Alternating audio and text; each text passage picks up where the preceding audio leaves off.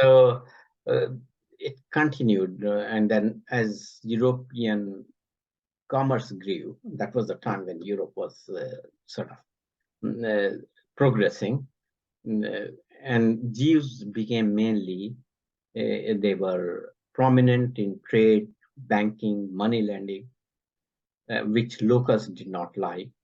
And the economic resentment and traditional religious animosity that prompted forced expulsion of Jews from several countries.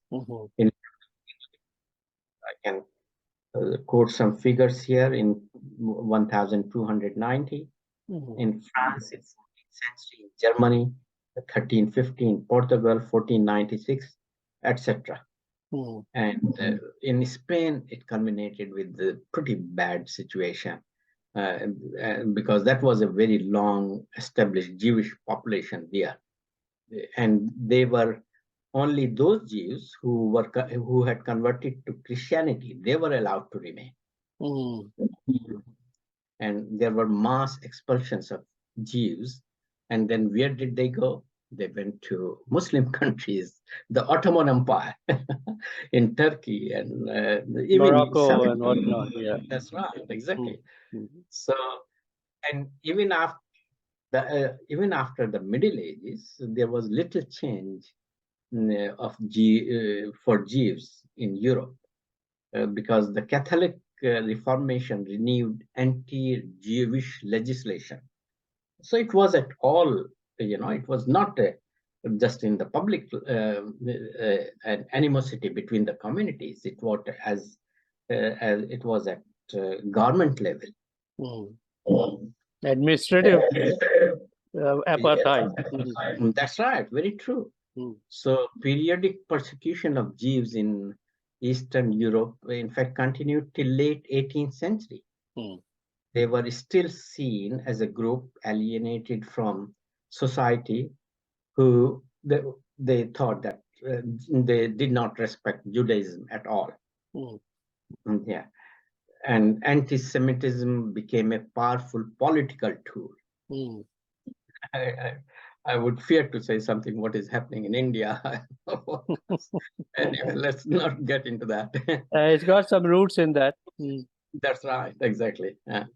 So the storm of anti-Semitic violence, which became a movement, Nazi in the form of Nazi Germany under Adolf Hitler. So that was a terrifying intensity, which culminated with Holocaust, as you know. But it also inspired anti-Jewish movements in France, Germany, in England, and in the United States. So it was not limited to Germany only. Yeah.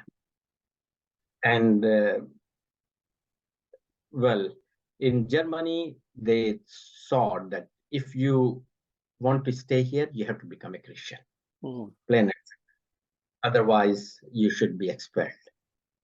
So, I mean, I was reading and I found some very not the good language when it comes to those days, as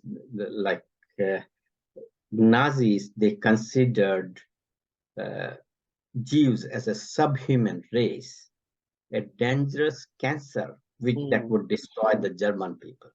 And they sought the final solution. And what was the final solution? The murder of all Jews, men, women, and children. Yeah. So and all that. And that's right. That's right.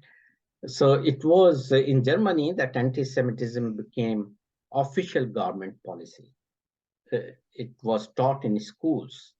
It was getting somehow into scientific journals, and the research institutes were promoting that anti-Semitism and anti-Jewish agenda. And of course, then what happened is, till Second World War, things went very bad. And would you believe that the Vatican, the Roman and the Catholic Church, they did not have ties with Jews till 1965. And when did they recognize Israel? In 1993. 1993. Vatican recognized Israel in 1993. So things That's were new. so, that's right. So now that is the history. Then now this, when the Israel, what happened in past 100 years. So what is my theory is that because Jews had become a headache for the Western world, so they thought that if they lived with us in Europe, where they lived for past 1,000 years, then they will be a headache. So how to get rid of them? That is my theory. You see, so they said, okay, let's go back to Bible and Torah, and let's see that there are verses, or there is a promise of return to the promised land for the Bani children Israel. of Israel. That's Children right. of Israel. Right, exactly. Yeah. So they said, let's exploit that. And that brought in Zionism. That strategy. It didn't come out of nowhere. It was a planned strategy.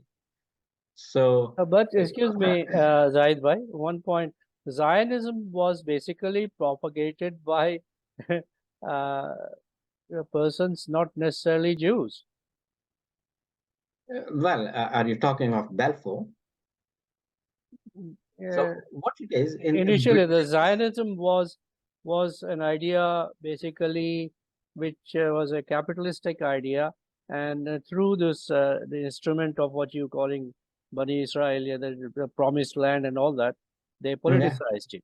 But in fact, it has always been a capitalistic dominative theory that they propagated, and they found a niche in the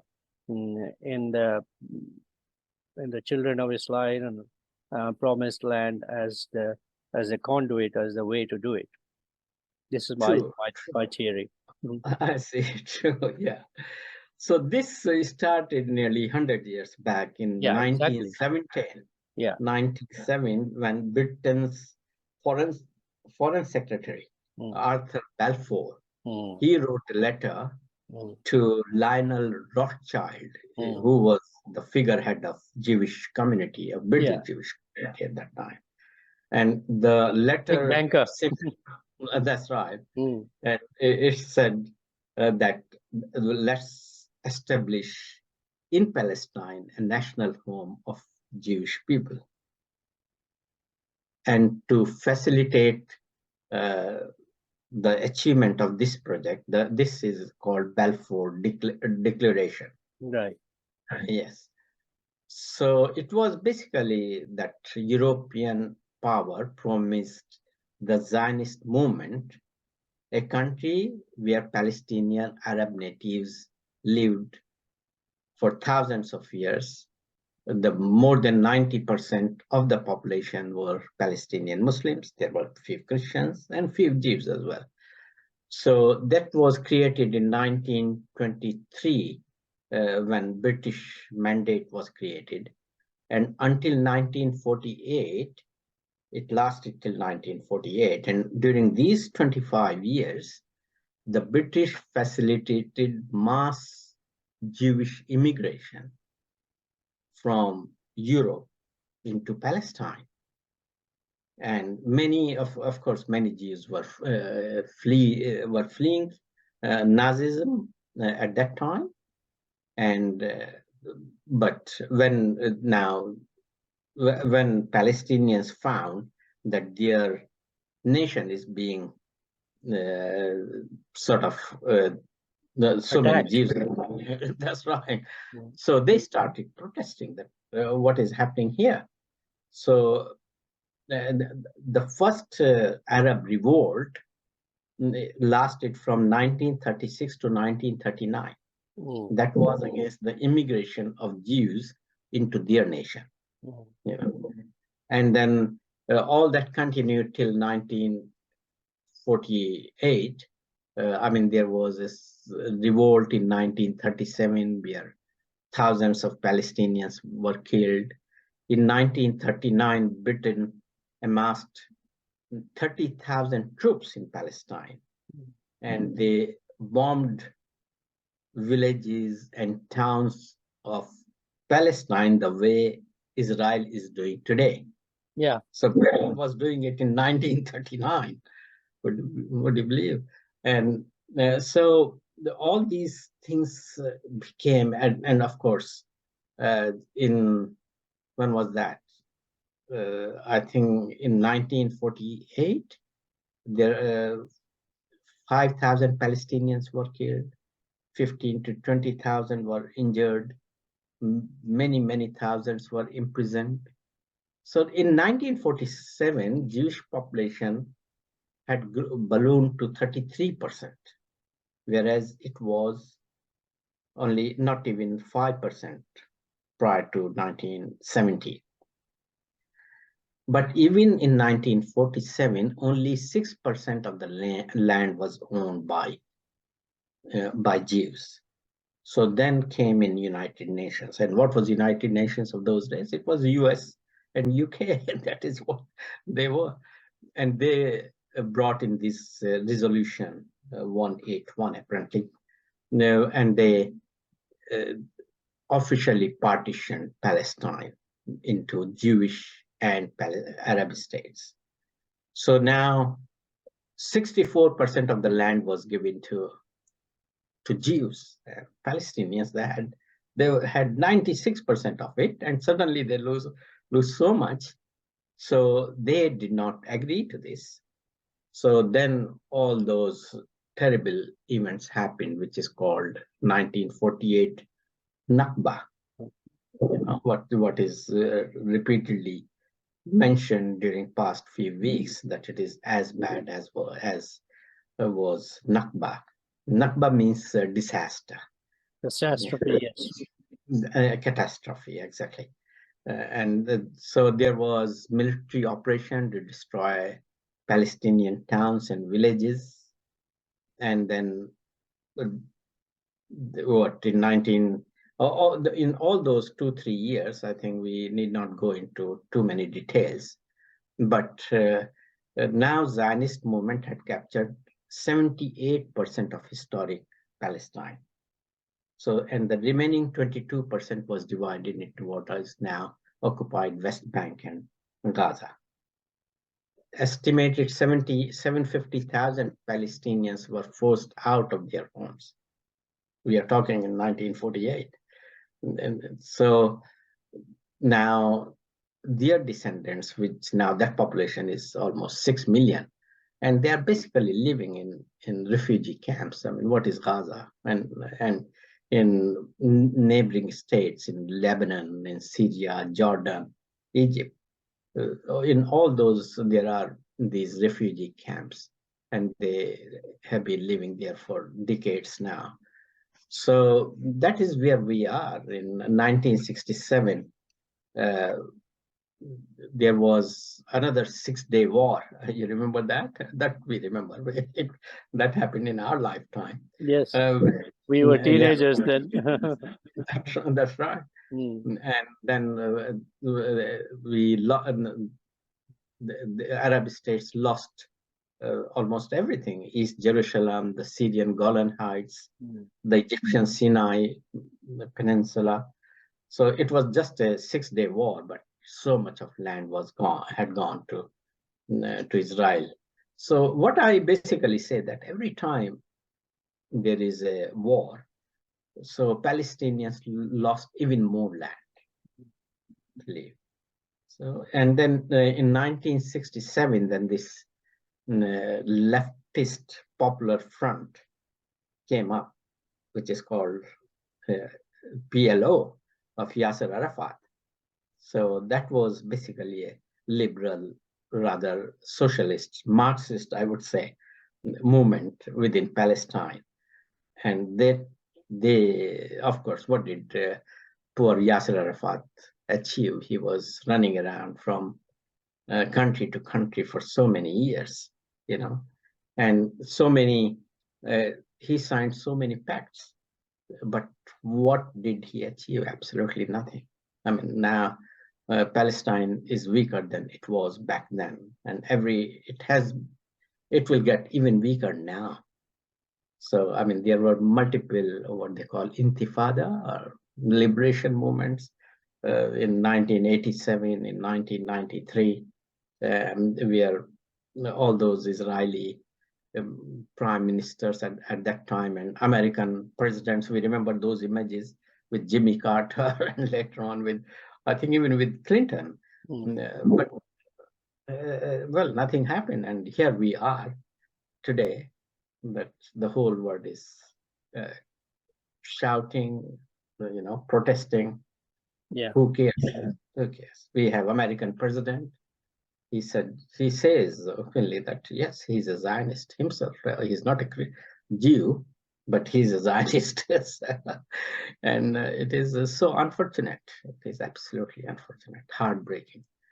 Yes, So, time always catches up with all of us, as it did with, it has been doing with Palestine, and I hope it does catch up with the Zionism.